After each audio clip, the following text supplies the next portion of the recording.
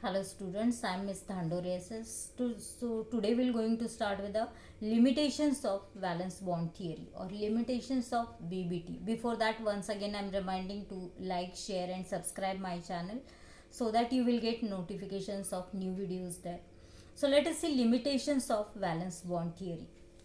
Last time we have seen the different examples of, first example we have seen of NiCl4 2 minus. Then we have seen NiCN4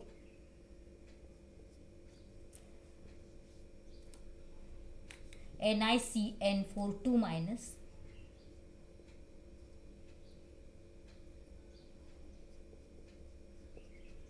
Then we have seen also the octahedral complexes of with CO NH36 3 plus. Also we have seen with CO F6 3 minus. So if you consider in first case central metal atom is the same, only ligands are different. Here also central metal atom is same, the ligands are different one. First is having the what is the oxidation state for nickel here. In this case the oxidation state for nickel, suppose it is X, for Cl it is a -1. So X minus 4 is equal to -2. Here X is equal to -2 plus 4 is your +2. So here first case oxidation state for nickel is 2. I'll write here oxidation state for nickel is a 2. Here second case also the oxidation state for nickel is a 2. What about third? For cobalt, oxidation state of cobalt in this compound is a +3, while this is also having +3 oxidation state. But if you consider the nature of this compound, then this is NiCl4. So this is your paramagnetic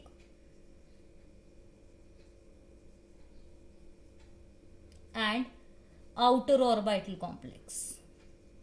Outer orbital complex.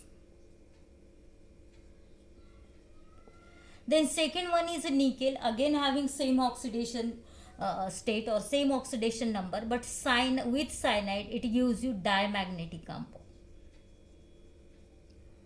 Diamagnetic compound, and it is an inner orbital complex. Inner orbital complex. Also the geometry is different. This is for DsP2, as it is a coordination number 4, DsP2. In first it is sp3 hybridization. So first compound is your tetrahedral, second is your square planar geometry. What about first one? CONH36 3 plus. This is your diamagnetic.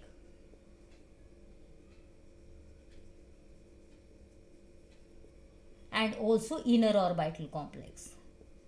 Inner orbital. Geometry is your D2sp3. Hybridization is a D2sp3 and geometry is your octahedral. Here in this case, this is your paramagnetic. Paramagnetic. Also this is outer orbital complex. Outer orbital.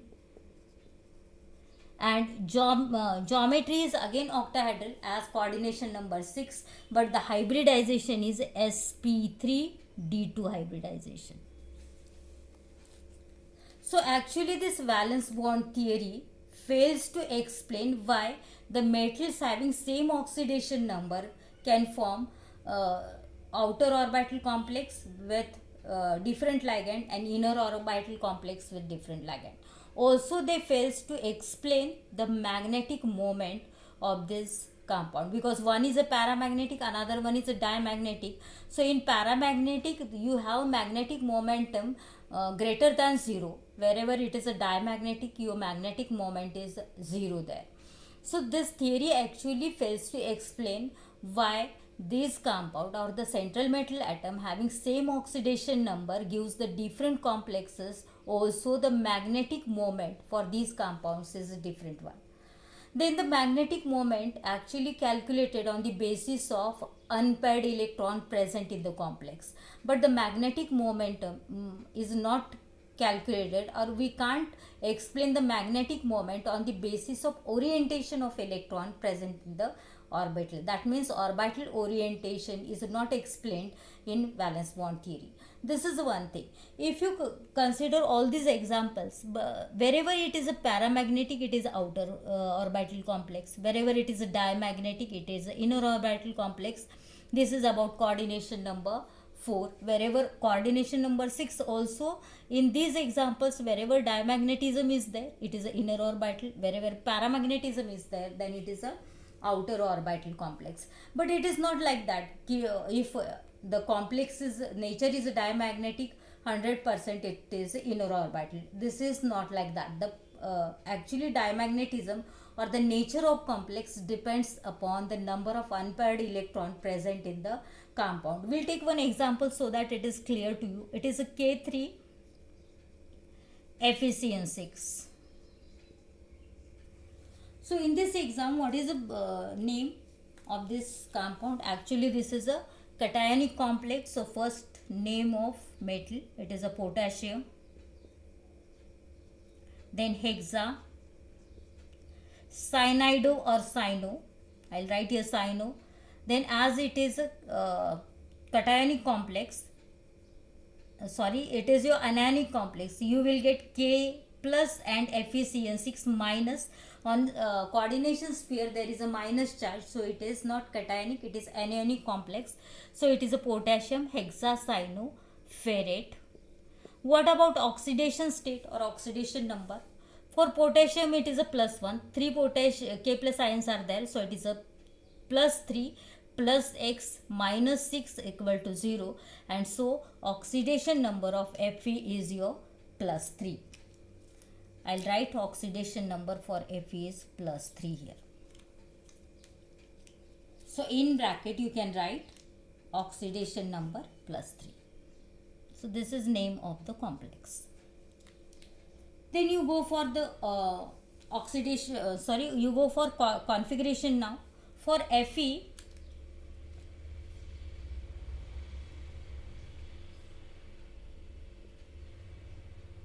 it is atomic number is 26. So electronic configuration is argon, Ar.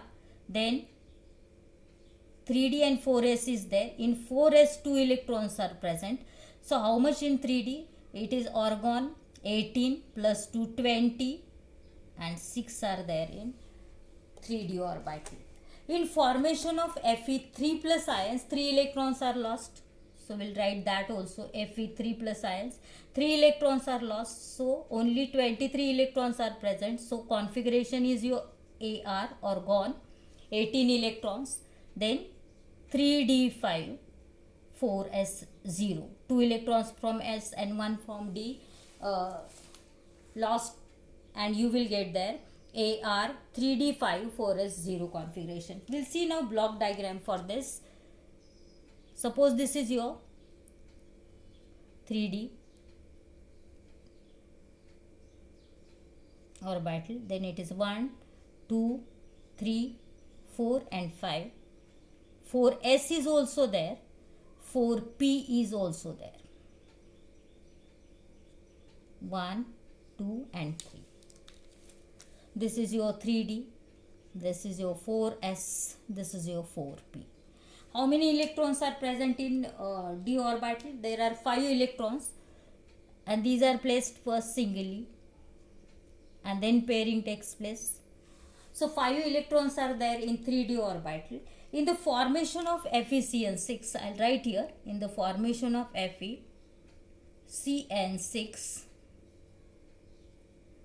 3 minus, you will get here what? Cyanide ion is a strong field ligand, so it pair of electron in d orbital, and so the pairing takes place. This will pair with first, this will pair with second, and you will get, will show you block diagram again. This is your 3D orbital, then this is a 4s, this is your 4p. 1, 2, 3, 4 and 5. This 1, 2 and 3. So in case of 3D, now pairing takes place. So first contains a pair of electron. In second 3D also pair of electron is present. In third there is unpaired electron. Now two 3D orbitals, one 4s and 4p is also empty. So this is your 3D, this is 4s, this is 4p. And so all these orbitals comes together. This 2 3D, that means from here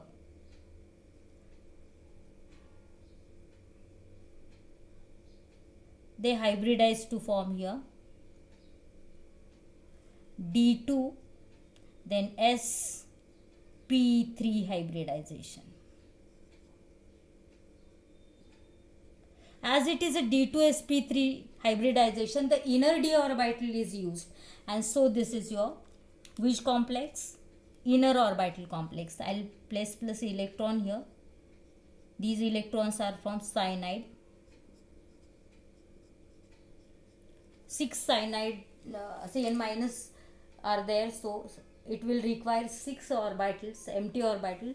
So you will get here D2sp3 hybridization, and as it is a D2sp3 hybridization, it is an inner orbital complex. I'll write here inner orbital complex. So it is an inner orbital complex, and then also one unpaired electron is there, and so it is a paramagnetic also. So every time it is not hard and fast rule that wherever your nature is a diamagnetic, every time it should be inner orbital complex only. That depends the nature of the complex, whether it is a paramagnetic or diamagnetic, that depends upon the number of unpaired electron present in the complex. Also the magnetic moment depends upon the number of unpaired electron present in the complex. So this is the limitation of valence bond theory. What it is, that the central metal atoms having same oxidation number, same metal having same oxidation number, they can show the different nature and also the magnetic moment. So what is the reason for that? The theory fails to explain this question. Then the next we'll take one more example, and that is, the example is Cu, right? Cu, then NH3 4,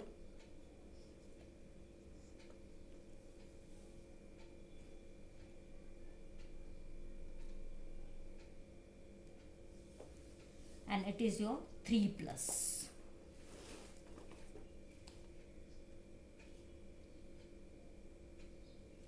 So it is a 2 plus.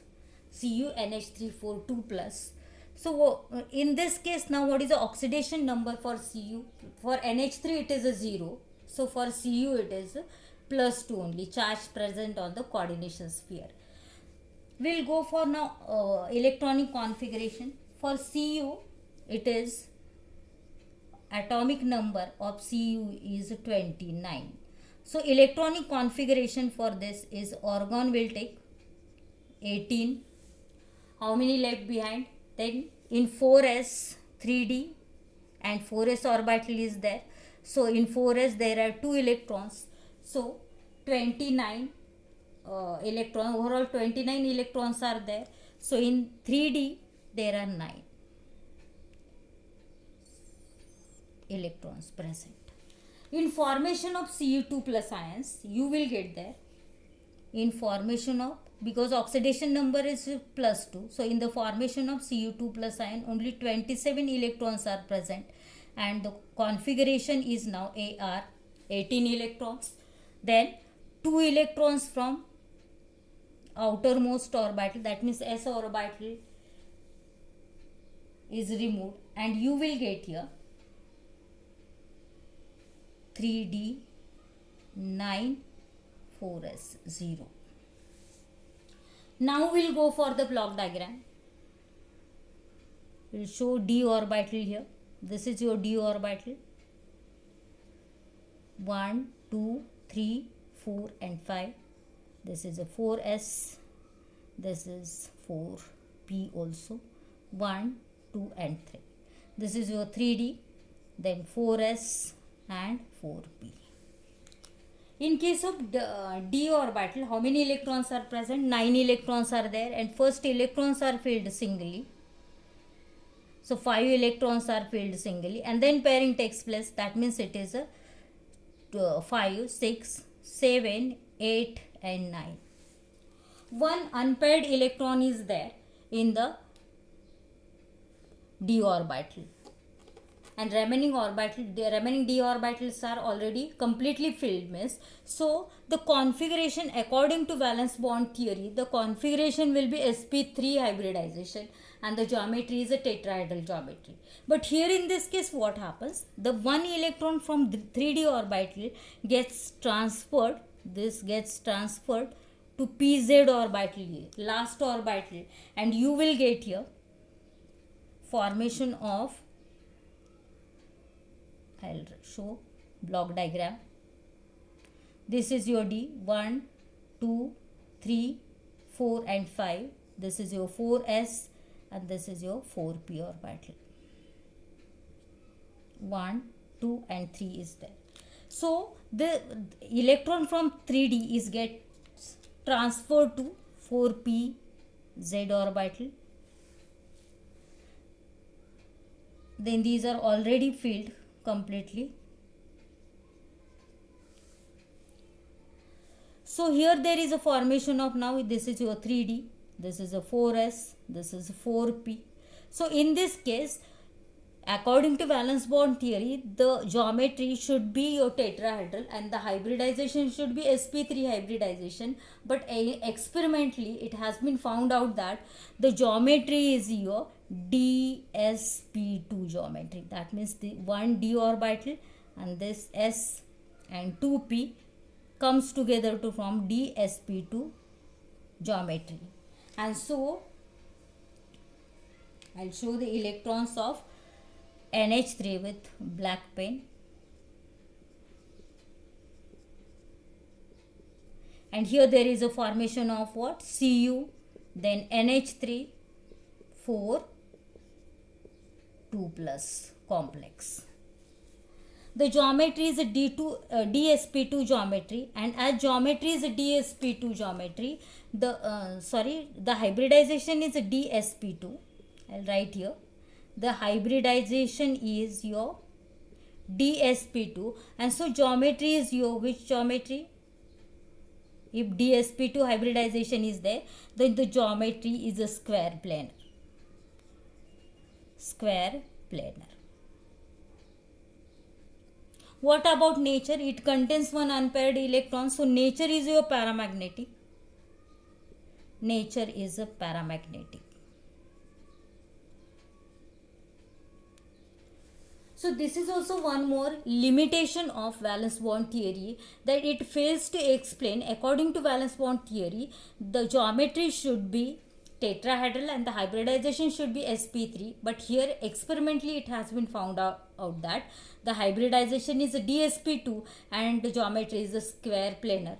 One electron from 3d gets transferred to p orbital, a last p orbital, and this theory actually fails to explain or fails to answer this question, that why the electron from d orbital gets shifted to pz orbital. So this is also one more limitation of valence bond theory. We'll take one more limitation, and that is for MnCN6. I'll take one compound, Mn, then CN6, 3 minus. For MnCN6, for Mn, atomic number is a 25 and hence configuration is your AR argon. Then 3d and 4s orbitals are there. In 4s there are 2 electrons, so 20, so 5 electrons are in d orbital. Now in this case, the for Mn oxidation number is a +3. I'll write here oxidation number for Mn is a +3. So for +3 oxidation number, that means in the formation of Mn, 3 plus ions, 3 electrons are lost from the Mn atom and there are only 22 electrons. So again your configuration will be Ar 18 electrons. Then how many present in 3d now? 4 electrons are in 3d, 4s is 0. Then let us see the block diagram for this compound.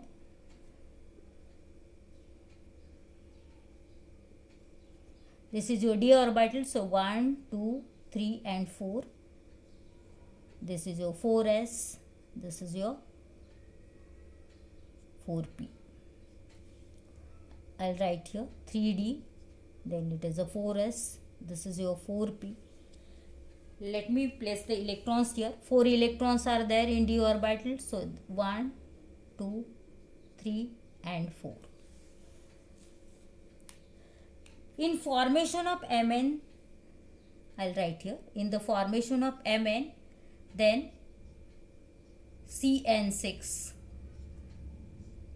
3 minus. Now Cn is your strong filled ligand, so pairing should take place here. It should pair up the electrons, and so here there is a formation of the electron should be paired here. This should be paired with this, they should be paired with this, and there are 3 d orbitals empty. So as pairing all the electrons are paired, the magnetic, it should be diamagnetic and the magnetic moment should be 0 here. But experimentally it has been found out that, I'll show here, if it is a Cn is a strong filled ligand, then in that case pairing takes place. It is 1, 2, 3, 4. And according to valence bond theory, pairing should take place here. This is your 3d, this is 4s, this is 4p. So in this case there should be pairing. The magnetism or the nature should be here diamagnetic according to valence bond theory. Diamagnetic, and mm, that is a magnetic moment, that is mu, should be 0 here. As a diamagnetic, all the electrons are paired. But experimentally it has been found out that magnetic momentum is for 2 unpaired electrons, that is mu is equal to under root n into n plus 2, and it is for 2 unpaired electrons, that means it is 2 into 2 plus 2 and is equal to 8 under root 8. So this is the magnetic moment for MnCN6.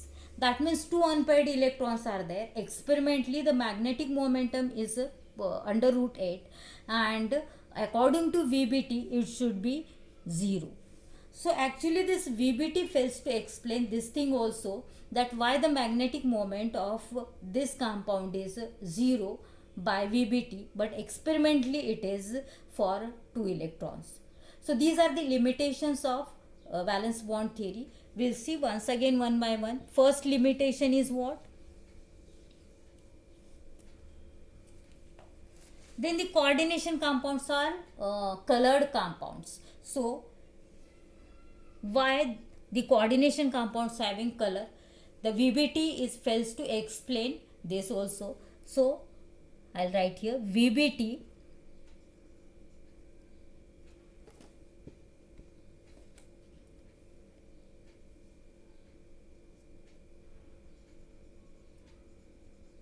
cannot explain color property, color of coordination compounds. I'll write in short. So first limitation, they cannot explain color of the coordination compound. Then second, I told you that they cannot extinguish the VBT cannot cannot distinguish between strong field ligand and weak field ligand, SFL and WFL. Then third point is about magnetic moment. The magnetic moment can be calculated on the basis of number of unpaired electron. I'll write here mm, calculated on the basis of what? On the basis of number of unpaired electrons. But it cannot be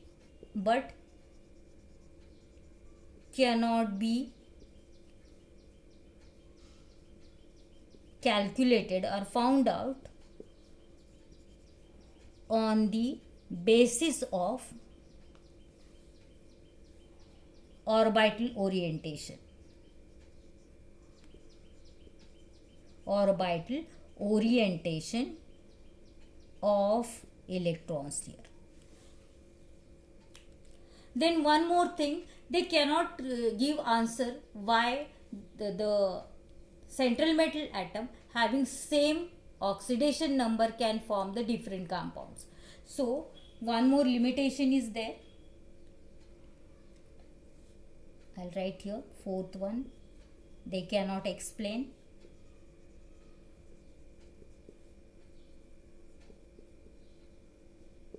why the metal ion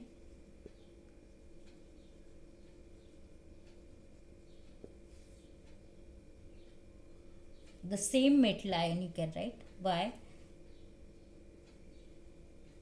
the same metal ion with same oxidation number form different complexes. That means what? That is either outer orbital or inner orbital complexes.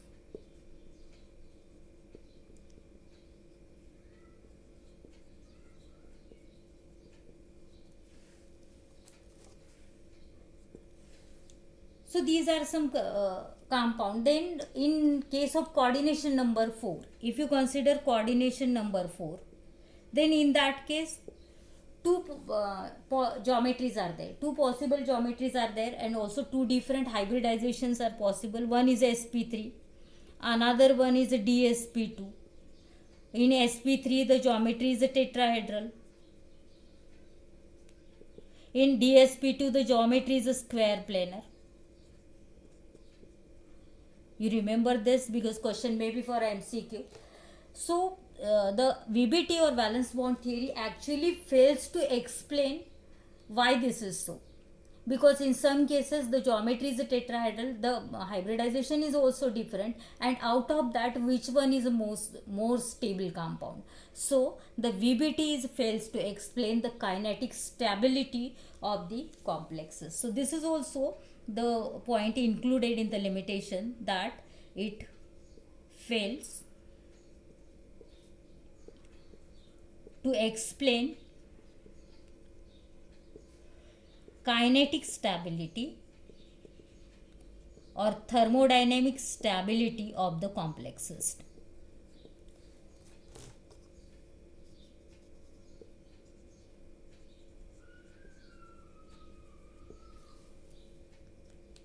Then these are some limitations you can see in textbook also. So this is about the limitations of valence bond theory. So far we have seen different examples, strong field ligands, weak field ligands, then exceptional cases, also the magnetic momentum, limitations of valence bond theory. Next time we'll see some example if it is possible. I'll see first the textbook. If the different examples are given, I'll take that, and after that we'll go for CFT. If the example in text questions are not there, then I'll take CFT directly there.